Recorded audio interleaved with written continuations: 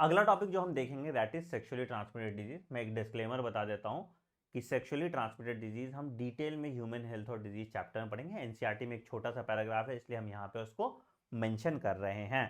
तो क्या कहता है, कलेक्टिवली इलनेस और infection that spread through sexual intercourse with infected individuals are called sexually transmitted disease और venereal disease और reproductive tract infection।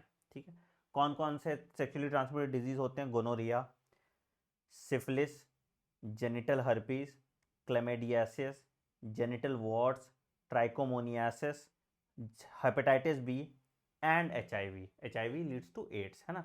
एचआईवी कैसे फैलता है भैया? एक और इंपॉर्टेंट पॉइंट है बेटा, एचआईवी फैलता है by sharing needles, surgical needle अगर आप यूज कर रहे हैं उसको शेयर कर रहे हैं, ट्रांसफ्यूजन ऑफ ब्लड और from infected mother to foetus, और एक और फैक्टर है जो इंपॉर्टेंट है ही, that is sexual intercourse with infected person, है ना। अगर कोई इन्फेक्टेड पर्सन के साथ सेक्सुअल इंटरकोर्स कर रहा है तो भी एचआईवी हो सकता है। ठीक है, अच्छा एक और इंपॉर्टेंट पॉइंट है सर, क्या other than hepatitis B, genital herpes and HIV, बाकी सारे एसटीडी क्योरेबल होते हैं? ये क्योरेबल नहीं होते क्योंकि ये वायरस वाले एसटीडी हैं, ज्यादातर वायरस वाले एसटीडी क्योरेबल नहीं होते। तो हेपेटाइटिस बी, जेनिटल हर्पीस और एचआईवी ये सारे के सारे वायरस से हो रहे हैं, ठीक है, तो इसलिए ये क्योरेबल नहीं होते। नेसेरिया गोनोरिया, गोनोरिया के लिए, ट्रेपोनिमा पेलेडियम तुम्हारा सिफिलिस के लिए है, क्लेमाइडियासिस वाला, ये सारे क्योरेबल होते हैं अगर सही टाइम पे इनका ट्रीटमेंट कर दिया जाए तो। ठीक है, और क्या क्या होता है सिम्टम्स? तो early symptoms of STD are mild and include itching, fluid discharge, कुछ लिक्विड डिस्चार्ज आ सकता है, पेन आ सकता है, स्वेलिंग आ सकता है इन द जेनिटल रीजन। ठीक है, absence or less significant early symptom as well as social stigma deter the infected persons from consulting a doctor। अब तुमको पता नहीं, अब तुमको लग रहा है तुम्हें सुसु में जलन हो रहा है तो तुम बोलोगे अरे यार क्या ही दिखाना, कुछ ऐसा मेजर कुछ नहीं हो रहा, प्लस शर्म भी आ रहा है, अरे यार इसको कैसे दिखा सकते हैं। ठीक है, this lead to pelvic inflammatory disease, PID, बहुत इंपॉर्टेंट पॉइंट।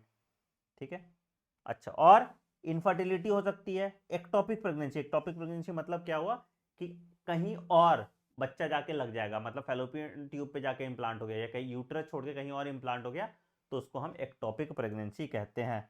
अबॉर्शन हो सकता है, स्टिल बर्थ हो सकता है, कैंसर हो सकता है, तो ये सब कुछ बीमारियां हो सकती हैं अगर इसका प्रॉपरली सही समय पे इलाज नहीं किया गया। और ये खास करके ज्यादा कॉमन होता है 15 से 24 साल की उम्र के बच्चों में, क्योंकि उनमें क्यूरियोसिटी ज्यादा होती है, वो ज्यादा एक्सप्लोर करते हैं, जिसके कारण एसटीडी होने के चांसेस उसमें ज्यादा हो जाते हैं। कैसे प्रिवेंट कर सकते हैं sir? Avoid sex with multiple partners, make sure to use condom while sexual intercourse. ठीक है, अगर कुछ दिक्कत हो रहा है तो जाके एक मेडिकल प्रैक्टिशनर के पास जाइए और अपना प्रॉपर तरीके से इलाज कराइए। राइट, बाकी मैं बता दूंगा, हम लोग डिटेल में इसके बारे में कैसे कॉजेटिव एजेंट है, क्या इंक्यूबेशन पीरियड है, सब कुछ बात करेंगे ह्यूमन हेल्थ और डिजीज चैप्टर में, तो आपको उसके लिए परेशान नहीं होना है। आगे हैं हम इस चैप्टर के लास्ट टॉपिक पे, दैट इज इनफर्टिलिटी। अभी तक हमने बात की कैसे पॉपुलेशन को कम करना है, अभी आपको बहुत सारे ऐसे कपल भी मिल जाएंगे जिनको बच्चा नहीं हो रहा, तो उनके लिए भी हमें कुछ सॉल्यूशन निकालना है जो रिप्रोडक्टिव हेल्थ का ही पार्ट होता है। तो क्या हुआ भाई, infertility is the inability to conceive और produce children even after unprotected sexual cohabitation. Unprotected sex के बाद भी बहुत कारणवश बच्चा पैदा नहीं हो रहा, जिसको हम इनफर्टिलिटी कहते हैं।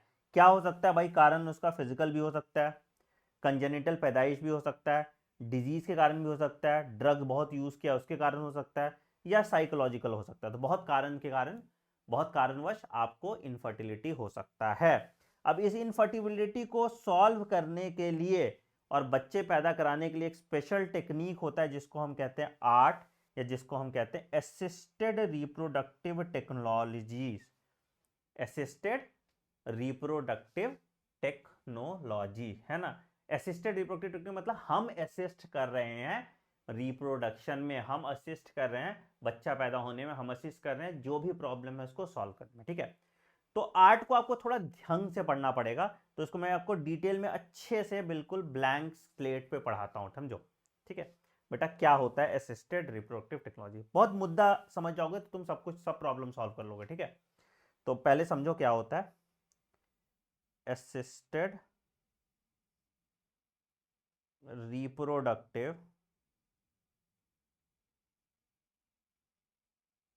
टेक्नोलॉजी।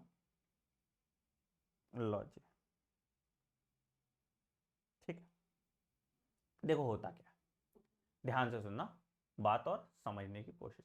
ठीक है, हमको यह पता है कि स्पर्म है, ओवम है, दोनों फ्यूज करेगा, जाइगोट बनेगा, जाइगोट इंप्लांट होगा, एम्ब्रियो बनेगा, और एम्ब्रियो का पार्चुरेशन होगा,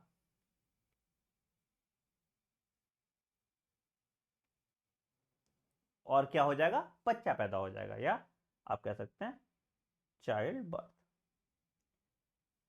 तो अब कहीं पे भी दिक्कत आ गया इस लाइफ साइकिल में तो बच्चा पैदा नहीं हो रहा है ना। अब इस लाइफ साइकिल में कहीं पे भी दिक्कत आ गया, मतलब मान लो लेट्स से स्टार्ट विद कि स्पर्म प्रोड्यूस नहीं हो रहा, या स्पर्म ओवम तक ट्रांसफर नहीं हो रहा, या ओवम प्रोड्यूस नहीं हो रहा, या स्पर्म ओवम के साथ फ्यूज नहीं हो रहा, या दोनों फ्यूज हो रहा है तो भी इम्प्लांट नहीं हो पा रहा, तो कुछ भी यहाँ पे प्रॉब्लम होगा तो हम उसको फैसिलिटेट करते हैं वाया असिस्टेड रिप्रोडक्टिव टेक्नोलॉजी। ठीक है, तो दो तरह से पहले हम फर्टिलाइजेशन करते हैं, एक को हम कहते हैं इन विट्रो फर्टिलाइजेशन, एक को हम कहते हैं इन विट्रो फर्टिलाइजेशन, और दूसरे को हम कहते हैं इन वीवो फर्टिलाइजेशन।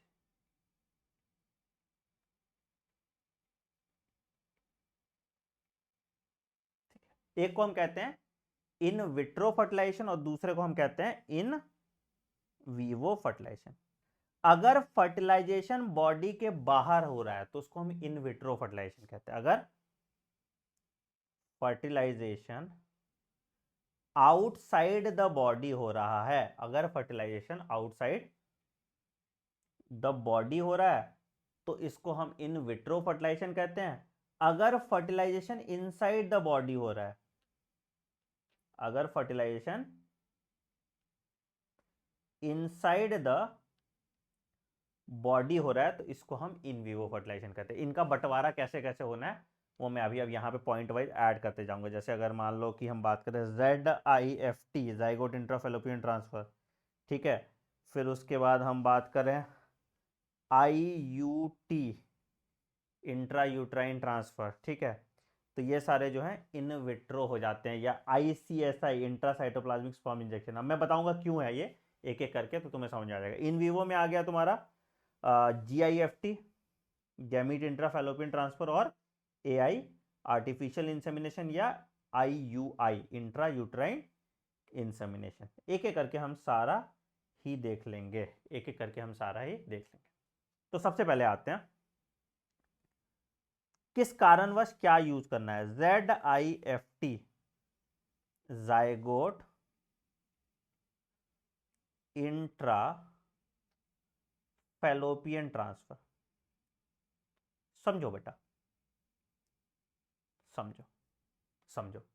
तो क्या हुआ, अगर मान लो मदर के यूट्रस में स्पर्म के लिए हॉस्टाइल एनवायरनमेंट है, तो अगर मान लो sperm is not able to fuse in ovum, क्यों हो सकता है, हॉस्टाइल एनवायरनमेंट हो सकता है एक, है ना, स्पर्म के लिए। तो हम क्या करते हैं, हम स्पर्म लिए,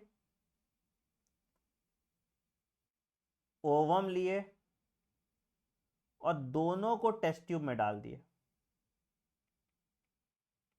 ठीक है, क्या बना भैया, इससे बना जाइगोट, ठीक है, जाइगोट बन गया। अब ये अगर अप टू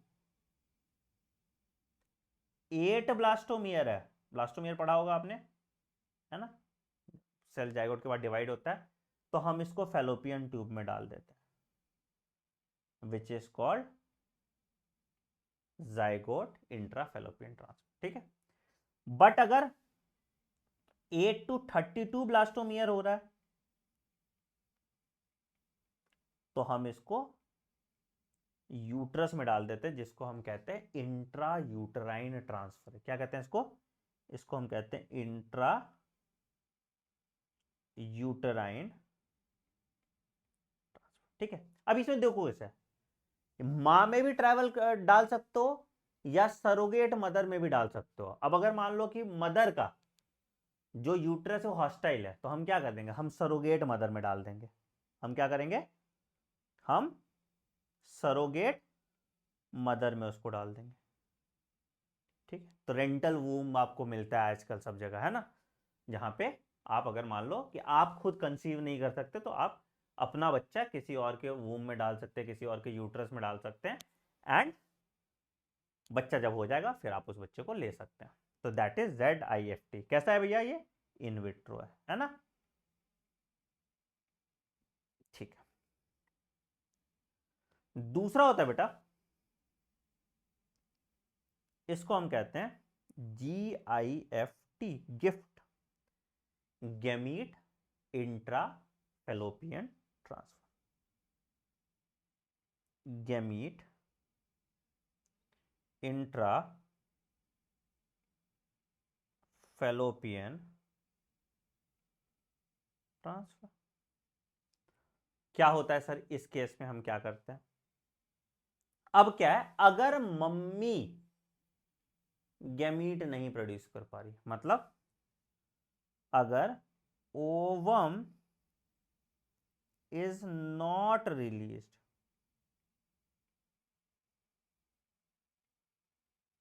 तो क्या करेंगे, तो हम क्या लेंगे, डोनर ओवम लेंगे और इसको इंट्रोड्यूस कर देंगे फैलोपियन ट्यूब ऑफ मदर में,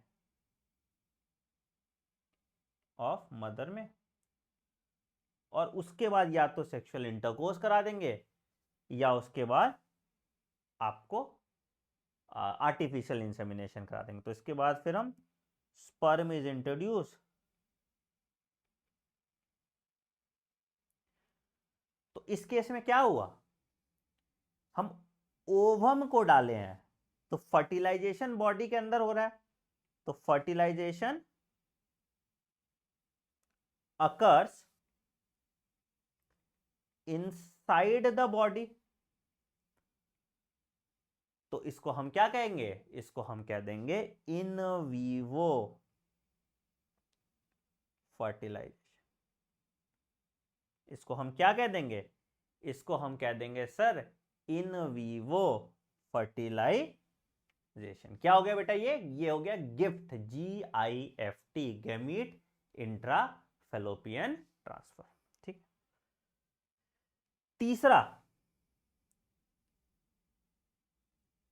तीसरा होता है, इसको हम कहते हैं ICSI।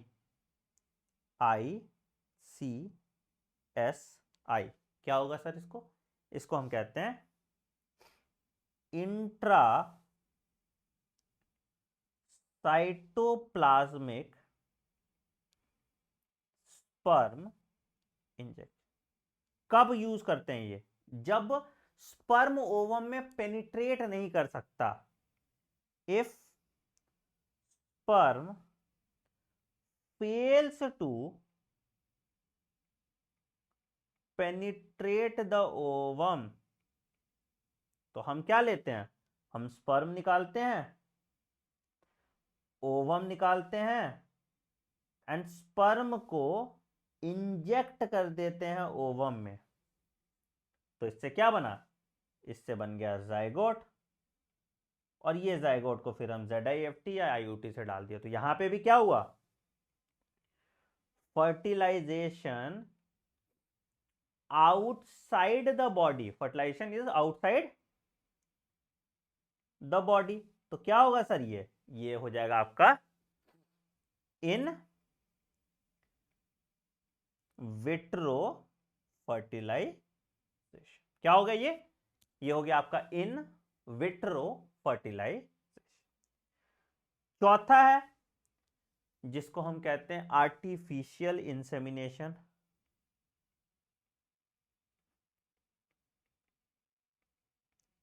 ज्यादातर केसेस में यही करना पड़ता है।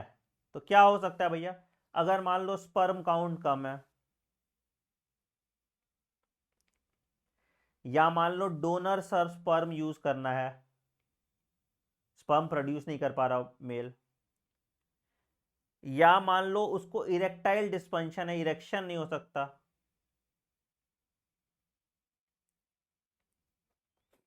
तो क्या होता है, sperm is transferred artificially in vagina. तो स्पर्म इंसेमिनेट कर देते हैं वेजाइना में। तो अगेन ये क्या है, इन वीवो। अब मान लो कि बहुत कमजोर स्पर्म है, वेजाइना से आगे तक नहीं जा पाएगा, तो उस केस में हम क्या करते हैं, IUI करते हैं। इसको हम कहते हैं इंट्रा यूटराइन इंसेमिनेशन। क्या कहते हैं, इंट्रा यूटराइन इंसेमिनेशन। क्या होता है इसमें, इंट्रा यूटराइन इंसेमिनेशन में क्या होता है बेटा, अगेन इस केस में हम क्या कर रहे हैं कि sperm is transferred into the uterus direct. तो क्या हुआ, इसे डिस्टेंस कम हो गया ना, transferred in the uterus. Again ये भी सर कैसा है, ये भी है सर इन वीवो। ये भी कैसा है सर, ये भी है इन वीवो। तो ये सारे आपके असिस्टेड रिप्रोडक्टिव टेक्नोलॉजी होते हैं। जैसे हमने देखा IVF, ZIFT बता दिए थे, artificial insemination AI, intracytoplasmic sperm injection और GIFT। तो ये सारे 8 होते हैं या असिस्टेड रिप्रोडक्टिव टेक्नोलॉजी बोलते हैं इनको। तो ये चैप्टर आपका पूरा कंप्लीट हो गया। कोई भी डाउट है तो आप एक बार प्रैक्टिस सेक्शन सॉल्व कर सकते हैं और बुक को रेफर कर सकते हैं, या इस वीडियो को एक बार और लूप में देख सकते हैं। I hope you enjoyed the video. Take care, bye bye, and see you in the next episode. Take care, bye bye.